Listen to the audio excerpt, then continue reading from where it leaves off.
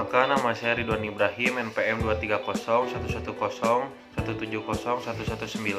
Kenalkan, saya Joshua Dwi Gunabultom, NPM 2301-1017-0133. Nama saya Raffi Allah, NPM 2301170101158. Di sini saya akan menjelaskan apa itu pemasaran.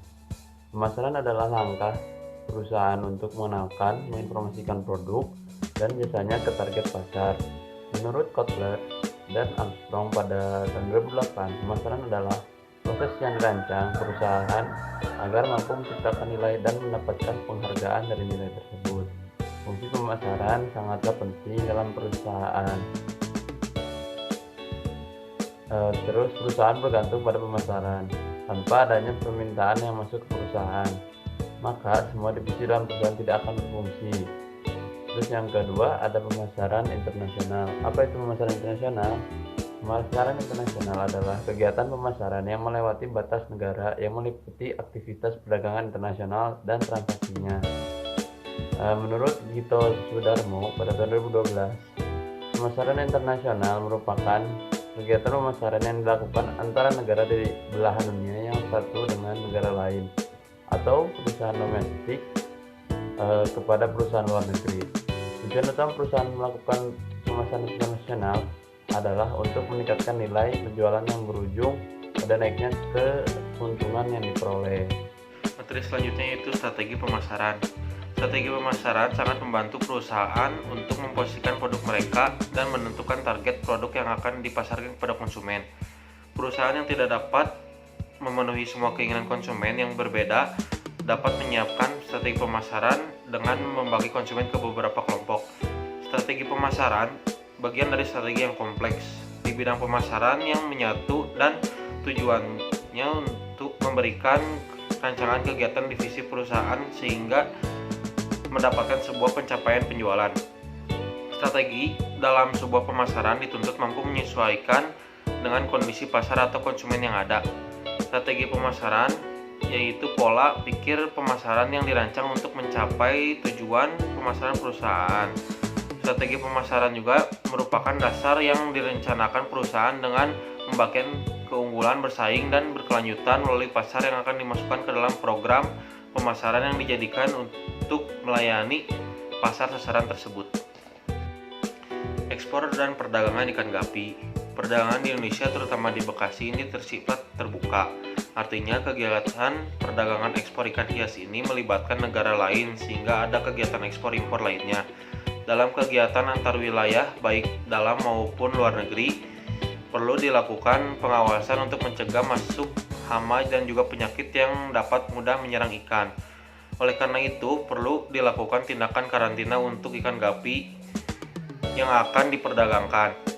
Pada hukum adalah Undang-Undang Nomor 16 Tahun 92, sedangkan hukum prosedur ikan yang akan diekspor adalah SK Mentan Nomor 206/KPTS/LB-700/4/1990 tentang tindakan dikeluarkannya diubah menjadi SK Menteri Nomor 470/KPTS/LB-730/8/2001 yang kemudian diubah lagi dengan dikeluarkannya SK Nomor 213/KPTS/LB-730/4/2001 tentang tindakan karantina yang akan dikeluarkan dari wilayah Republik Indonesia.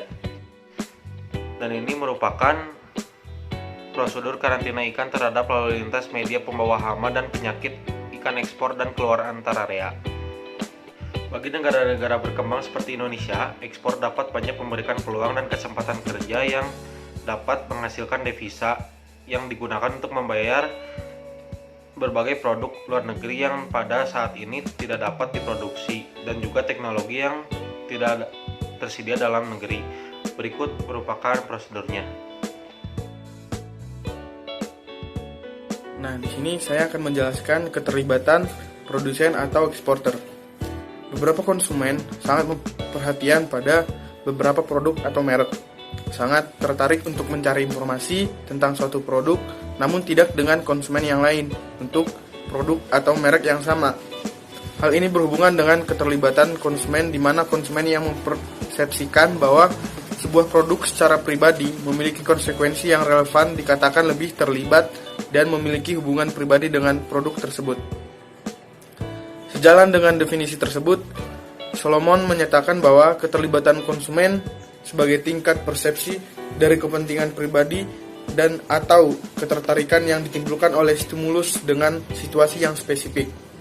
Pengertian keterlibatan yang dijelaskan oleh Peter dan Olson adalah bahwa keterlibatan mengacu pada persepsi konsumen tentang pentingnya atau relevansi personal suatu objek, kejadian, atau aktivitas.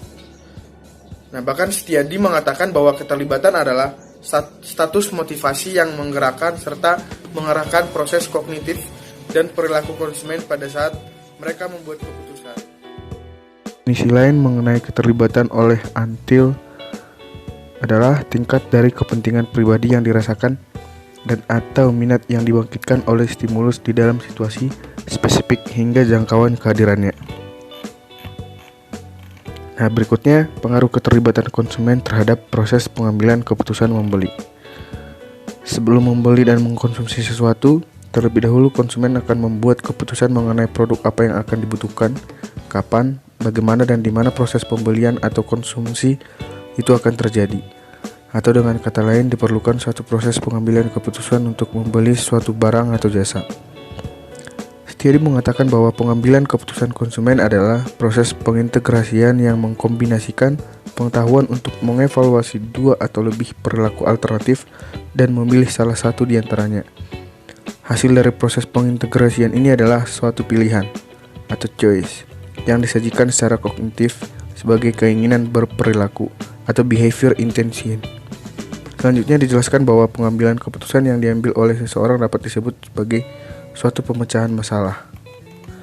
Angel 1995 mengatakan bahwa proses pengambilan keputusan dalam membeli meliputi 6 tahap, yaitu pengenalan kebutuhan, pencarian informasi, evaluasi alternatif, pembelian, konsumsi, dan evaluasi setelah pembelian barang.